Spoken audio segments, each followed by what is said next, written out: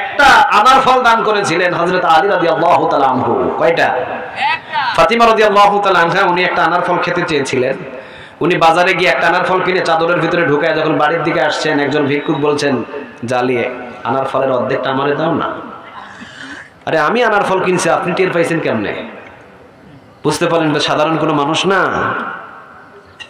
দিয়ে দিলেন অর্ধেক, চলে যাচ্ছেন, পিছন থেকে ডাক দিয়ে আবার বললেন, আলী আরে একটা দিলে কি, অর্ধেক দিলে কিভাবে হয়? বাকি যে অর্ধেক আছে ওইটাও দাও।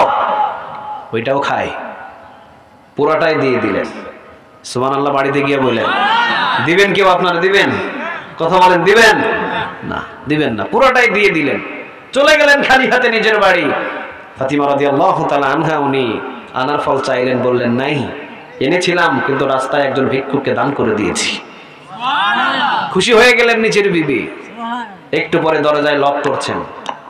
অ টাইমে কে দরজায় লক করে? আলী রাদিয়াল্লাহু তাআলা আনহু দরজা খুলে দেখেন আনারের একটা ঝুড়ি নিয়ে একজন দাঁড়ানো আছে। ডালিম ফলের ঝুড়ি নিয়ে।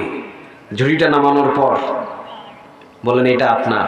খুলে দেখলেন যে একটা দুইটা না, দান করেছে একটা, 10টা নিয়ে হাজির হয়ে গেছে।